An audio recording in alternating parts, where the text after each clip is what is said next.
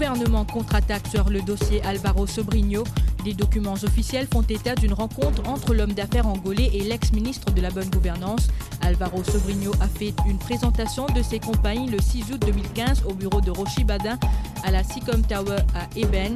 Les papiers parlent aussi d'un échange de mails entre Mauricio Fernandes, le bras droit d'Álvaro Sobrinho, et Akhilesh Diapal Singh, ex-consultant à la Financial Services Commission. La conversation avait trait à la demande de licence d'Álvaro Sobrinho. Sollicité pour une réaction, Akhilesh Diapal Singh dit qu'il n'est jamais intervenu dans l'octroi du permis accordé à Álvaro Sobrinho. L'ex-consultant à la FSC précise qu'il n'était pas en poste à l'époque et que la décision concernant le permis a été prise par le Licensing Committee. Vishnu Lakshminarayalu se défend dans l'affaire Euroloan.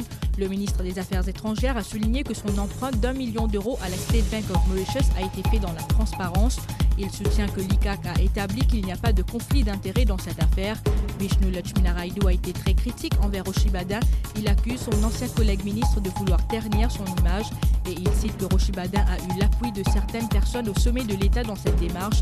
Vishnu Lakshminarayalu souligne que le gouvernement détient des informations troublantes concernant Rochi Badin sur les ventes des actifs du défunt groupe BAI. Je ne connais pas et je n'ai jamais rencontré Gyanchan Deodani, c'est ce qu'a fait Sirat Mousson qui a été face à la presse cet après-midi. Cela après que son nom a été cité dans l'affaire des 155 kilos d'héroïne saisie.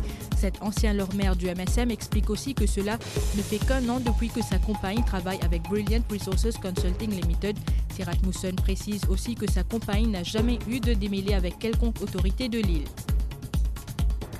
16 kilos de Gandhi retrouvés à l'aéroport de Plaisance le 19 mars dernier, le tout estimé à 9,6 millions de roupies.